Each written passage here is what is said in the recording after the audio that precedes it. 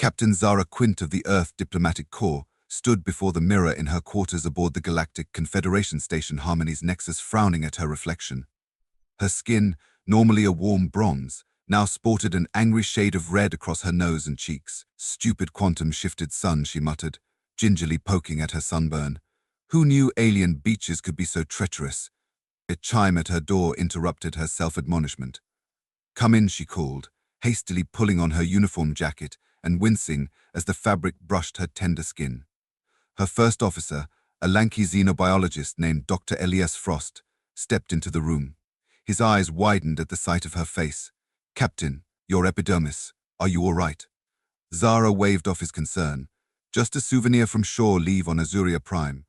Their binary star system packs quite a punch." Elias frowned, his brow furrowing with worry.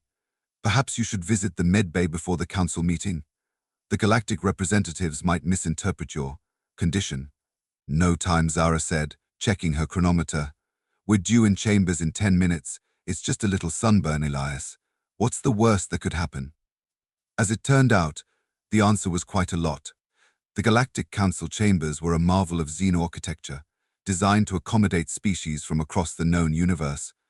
Hovering platforms for anti-gravity races floated next to water-filled tanks for aquatic delegates. The air was a carefully calibrated mix of gases, and translator nodes hummed softly, ready to facilitate communication. Zara and Elias made their way to the human delegation's spot, nodding greetings to various alien representatives. As they took their seats, Zara noticed a ripple of murmurs and concerned glances in her direction. "Told you the medbay was a good idea," Elias whispered. Before Zara could respond, a resonant tone signaled the start of the session. High Counselor Zixix, a being of pure energy contained within an ornate crystalline shell, floated to the center of the chamber. "Esteemed colleagues," Zixix's voice reverberated through the room, "we gather today to discuss the ongoing integration of Earth into the Galactic Confederation. Are there any matters of immediate concern before we proceed to the agenda?" To Zara's surprise, dozens of appendages, tentacles, and assorted alien limbs shot into the air. "The chair recognizes Delegate Gloop of the Viscosi Collective," Zixix announced. A gelatinous blob quivered as it spoke, its translator converting burbles into words. "High Counselor, I must express grave concern over the condition of the human representative. It appears Captain Quint has suffered severe radiation burns. Are we to understand that Earth's sun has intensified its output? Should we be preparing evacuation protocols?" Zara blinked in confusion.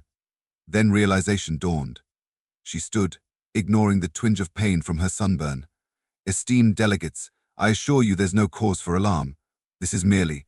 But her words were drowned out by a cacophony of concerned alien voices. "Look at the discoloration.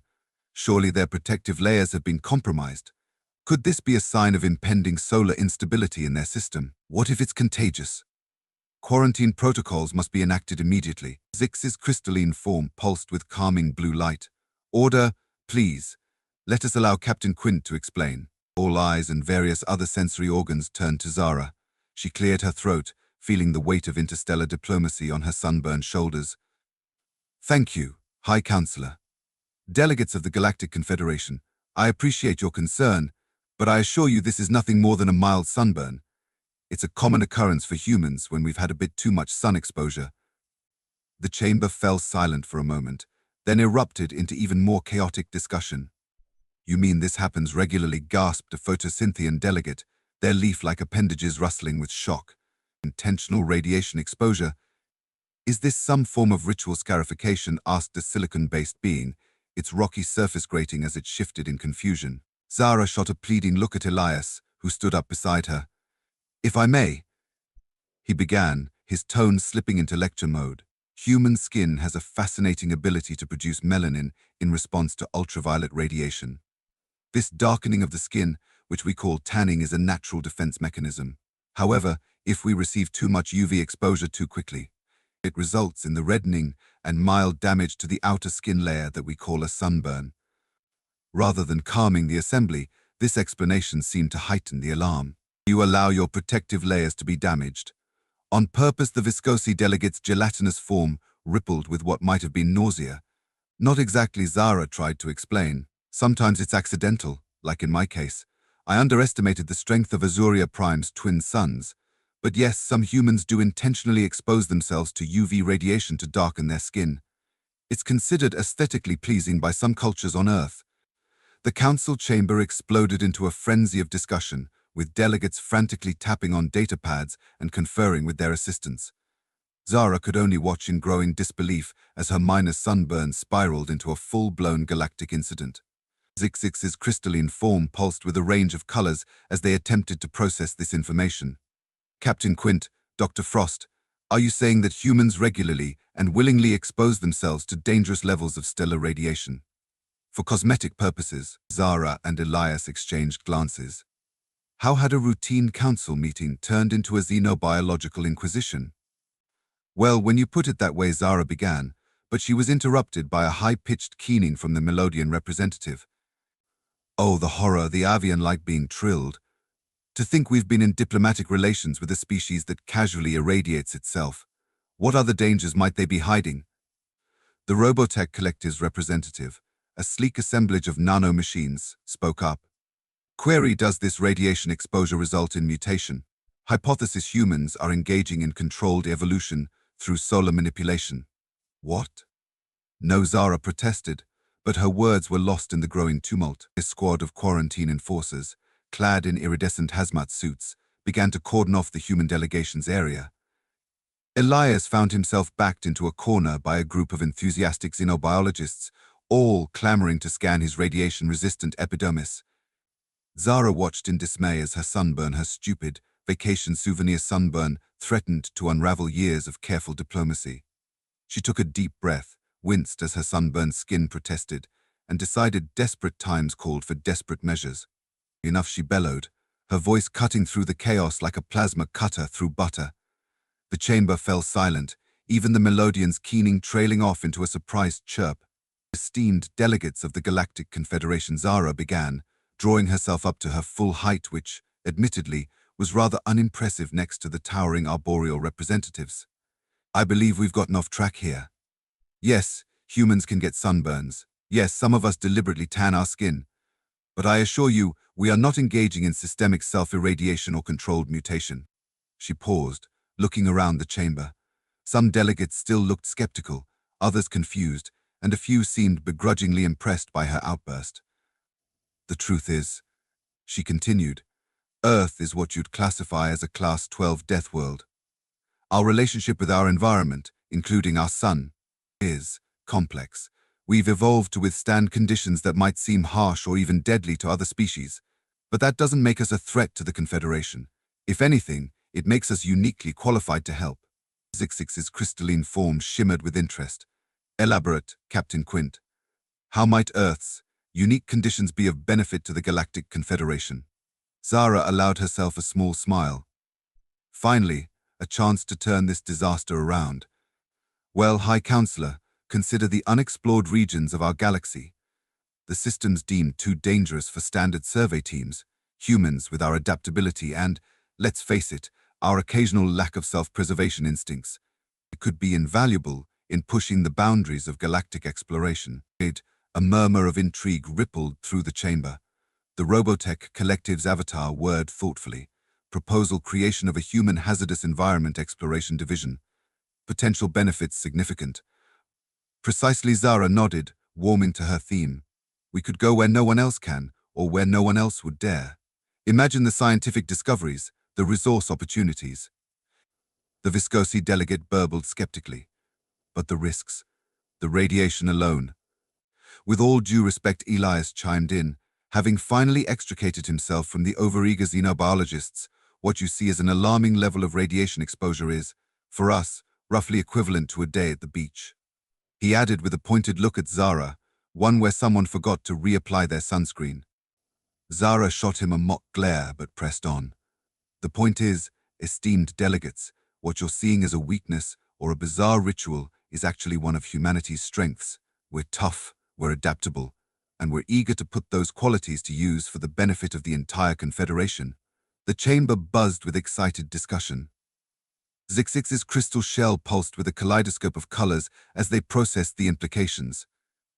This is most unexpected, Captain Quint. When this session began, I did not anticipate it would lead to a proposal for a new division of galactic exploration. Neither did I, Zara admitted with a rueful chuckle. But sometimes, the best discoveries come from unexpected places, even from a simple sunburn. Over the next few hours, the Galactic Council debated the merits of Zara's impromptu proposal. Questions flew fast and furious.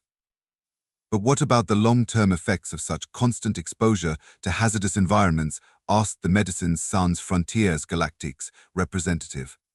Zara nodded to Elias, who stepped forward. Excellent question. While it's true that repeated exposure to extreme conditions can have cumulative effects, humans have developed numerous medical and technological solutions to mitigate these risks, from advanced radiation treatments to nanite-enhanced cellular repair. We've turned our own biological vulnerabilities into catalysts for medical innovation. The Technarch Imperium's emissary, a being more machine than organic, whirred with interest. Fascinating. Your species' approach to adversity seems to be less about avoidance and more about adaptation and problem-solving. Most efficient. Exactly, Zara agreed. Where some might see danger, we see challenge and opportunity for growth both personally and as a species. As the discussion continued, Zara could see the initial shock and horror on many delegates' faces slowly morphing into cautious interest and, in some cases, outright excitement. The Zephyrian ambassador, a being of living gas contained within an ornate exosuit, wafted forward.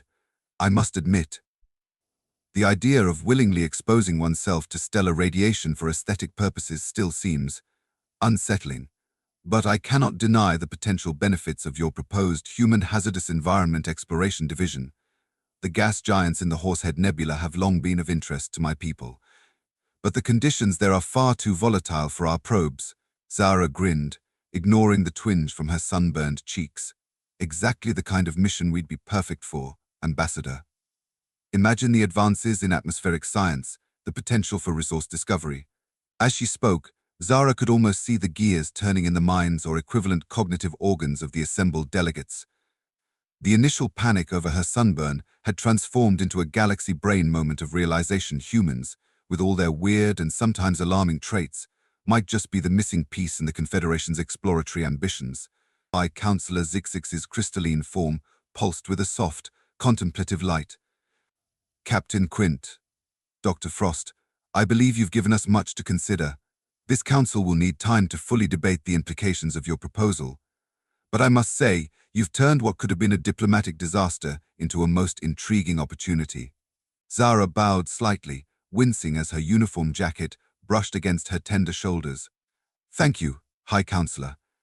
And may I say, this is a perfect example of why human participation in the Confederation is so valuable. We have a saying on Earth: necessity is the mother of invention. Sometimes it takes a little adversity, or in this case, there's a badly timed sunburn to spark new ideas. As the council session adjourned, delegates clustered in animated discussion groups.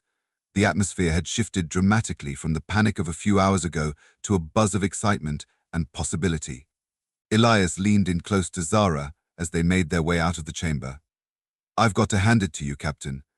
Only you could turn a case of vacation sunburn into a proposal for a new branch of galactic exploration. Zara chuckled, then winced. Thanks, I think. Though right now I'd trade all this excitement for a nice, cool aloe vera compress. Careful, Elias teased. Mention aloe vera, and you'll have half the xenobotanists on the station begging for samples of Earth's miraculous healing plants. As if on cue, they were approached by a group of eager alien scientists, all clamoring to learn more about human physiology and the proposed exploration division. Captain Quint, is it true humans can withstand temperatures that would vaporize most carbon-based lifeforms? Dr. Frost, could you explain more about this melanin production process? Does it have applications beyond solar radiation protection? Is it accurate that some humans willingly ingest neurotoxins for recreational purposes? How does this relate to your radiation resistance? Zara held up her hands, trying not to laugh at the barrage of questions. Easy, everyone. There'll be plenty of time for a full xenobiological briefing later. For now, how about we all head to the station's atrium for some refreshments? I don't know about you, but diplomatic crises always leave me parched. As they made their way through Harmony's nexus, Zara couldn't help but marvel at the turn of events. She'd woken up this morning worried about hiding her embarrassing vacation souvenir, and now she was at the center of what might be the biggest shakeup in Confederation exploration policy in centuries. In the atrium, a sprawling zero-gravity garden that served as the station's social hub, Zara and Elias found themselves holding court at the center of a diverse group of alien diplomats and scientists. The initial fear and shock had given way to fascination and a barrage of questions about human biology, culture, and potential applications for galactic exploration. "So, let me get this straight," burbled the Viscosi delegate, its gelatinous form rippling with a mix of horror and admiration. "Not only do you expose yourselves to radiation for aesthetic purposes, but you also have entire industries dedicated to simulating near-death experiences. These extreme sports of yours sound absolutely terrifying." Zara grinned, sipping a surprisingly palatable alien beverage that tasted like a cross between mango juice and liquid starlight. Terrifying to some, exhilarating to others. It's all about perspective. Take bungee jumping, for instance. Yes, it involves hurling yourself off a high place with only an elastic cord to save you. But it's also about pushing your limits, feeling alive, and gaining a new appreciation for the world around you. A sylphid representative, their diaphanous form shimmering with curiosity, floated closer. This concept of pushing limits is fascinating. In our culture, we seek harmony with our environment, not confrontation, yet you speak of these challenges as if they are beneficial. Elias nodded enthusiastically. Absolutely. Human history is full of examples where facing adversity head-on led to incredible advancements. Take our space program, for instance. The harsh, unforgiving environment of space forced us to innovate in ways we never would have on Earth alone. Indeed, Zara added. And it's not just about physical challenges. Mental and emotional resilience are equally important. In fact, many of our extreme activities are as much about psychological fortitude as they are about physical endurance. The Technarch emissary's optical sensors whirred as they processed this information. Query: does this propensity for risk-taking not lead to higher mortality rates among your species? Zara and Elias exchanged glances. It was a fair question, and one that cut to the heart of the misconceptions about humanity. It's a common assumption. Zara began carefully, but the reality is more nuanced. Yes, some humans engage in what might be seen as unnecessarily risky behavior, but as a species, we've developed extensive safety protocols, protective equipment, and training regimens to mitigate those risks. Our desire for excitement is balanced by an equally strong drive for innovation in safety and protection. Elias chimed in, slipping into lecture mode. Moreover, this apparent recklessness has evolutionary roots. Earth's diverse and often hostile environments necessitated adaptability and a willingness to take calculated risks. Those traits, which helped our ancestors survive, now drive us to explore, innovate, and push boundaries. The Zephyrian ambassador wafted thoughtfully. Fascinating. So your proposal for this human hazardous environment exploration division is not just about physical capability, but also this unique psychological approach to challenge. Exactly, Zara beamed, then winced as her sunburn reminded her of its presence. Ouch. Speaking of challenges, remind me to pack industrial-strength sunscreen for our next shore leave, Elias. The gathered aliens watched this exchange with a mix of concern and curiosity. The Medicines Sans Frontières Galactiques representative floated forward, their bioluminescent tendrils pulsing with professional interest. "Captain Quint, if you'd allow it, I'd be fascinated to examine your epidermal damage. Our knowledge of human physiology is still quite limited, and this could be an excellent learning opportunity." Zara hesitated for a moment, then shrugged. "Why not? In for a penny, in for a pound, that's another human saying. Might as well use this sunburn for the advancement of interspecies medical knowledge." As the medical representative began a gentle examination of Zara's sunburn, using instruments that looked more like abstract sculptures than medical devices, the impromptu gathering in the atrium continued to buzz with questions and discussions. The sylphid representative, still struggling with the concept of voluntary risk-taking, posed another question. These extreme sports and exploration activities, are they common among all humans, or only a select few? Elias fielded this one. It varies greatly. Some humans are natural thrill-seekers, always looking for the next big adventure.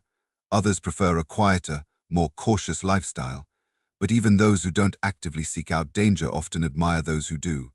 Our popular culture is full of stories about explorers, adventurers, and risk-takers. Intriguing, hummed the Technarch emissary.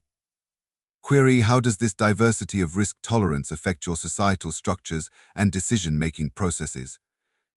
Zara, trying not to flinch as the alien doctor applied some sort of cool, gelatinous substance to her sunburn, considered the question. It's a balancing act, really. Our governments and institutions need to account for both the cautious and the adventurous. It leads to some interesting debates, especially when it comes to things like space exploration or scientific research. But ultimately, I think this diversity makes us stronger as a species. We have those who push the boundaries and those who ensure we do so safely. The Viscosi delegate burbled thoughtfully. I begin to see why the Confederation was so eager to include Earth, despite its classification as a death world. Your species brings a unique perspective to galactic affairs, and unique problems, Zara added with a self-deprecating chuckle. I doubt any other species has caused a diplomatic incident with a sunburn before. This elicited a round of alien laughter, a cacophony of chirps, burbles and electronic tones that reminded Zara just how diverse the Galactic Confederation truly was. And now humanity was a part of this cosmic tapestry, sunburns and all. As the gathering continued, Zara found herself fielding increasingly specific questions about human biology and culture. The initial shock of her sunburn had given way to genuine scientific and diplomatic curiosity. Is it true that humans intentionally consume toxic substances for pleasure? Asked a horrified Photosynthian. Well, if you're referring to alcohol, then yes, Zara admitted. Though toxic is a bit of an overstatement, it's more of a mild poison that, in small quantities, can have relaxing or euphoric effects. This admission sent another ripple of shock through the alien gathering. The Melodian representative trilled in disbelief. You willingly ingest poisons for enjoyment. Elias stepped in. Ever the scientist. It's not as alarming as it sounds. Human bodies have evolved efficient systems for processing many substances that might be harmful in large quantities. In fact, some compounds that are mildly toxic in small doses can have beneficial effects. It's all about moderation and understanding our own biology. The Robotech Collective's avatar whirred with what might have been approval. Efficient adaptation. Query, does this tolerance extend to other environmental factors? Atmospheric variations, gravitational differences, extreme temperatures.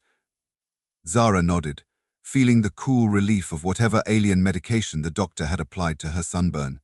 To varying degrees, yes, we can adapt to a wide range of conditions, though some take more time and effort than others. It's part of what makes us well-suited for exploration of diverse environments. As the discussion continued, Zara could see the gathered aliens' perception of humanity shifting. What had started as alarm over her sunburn was evolving into a growing appreciation for human adaptability and resilience. The Zephyrian ambassador drifted closer, their gaseous forms swirling with interest. Captain Quint, I believe I speak for many when I say that this conversation has been most illuminating. Your species' approach to challenge and adaptation is unconventional, certainly, but also undeniably intriguing. I, for one, am eager to see how this proposed human hazardous environment exploration division might reshape our understanding of the galaxy. Zara smiled, careful not to stretch her tender skin too much. Thank you, Ambassador. I have to say, this isn't quite how I imagined this day going when I woke up worried about hiding my embarrassing vacation souvenir. But I'm glad we've had the chance to clear up some misconceptions and open new avenues for cooperation. High Counselor Zixix, who had been quietly observing the gathering, floated forward, their crystalline form pulsing with a warm light. Indeed, Captain Quint, what began as a potential diplomatic faux pas has transformed into a most productive exchange. I believe I speak for the Council when I say that we look forward to further discussions on this exploration initiative. As the gathering began to disperse, aliens drifting off in pairs and groups, still chattering excitedly about human biology and the prospects of the new exploration division, Zara found herself alone with Elias. Her first officer grinned at her. Well, Captain, I'd say that's a mission accomplished. Though I'm not sure turning a sunburn into a galactic exploration initiative was ever in our official diplomatic playbook. Zara laughed, then winced slightly.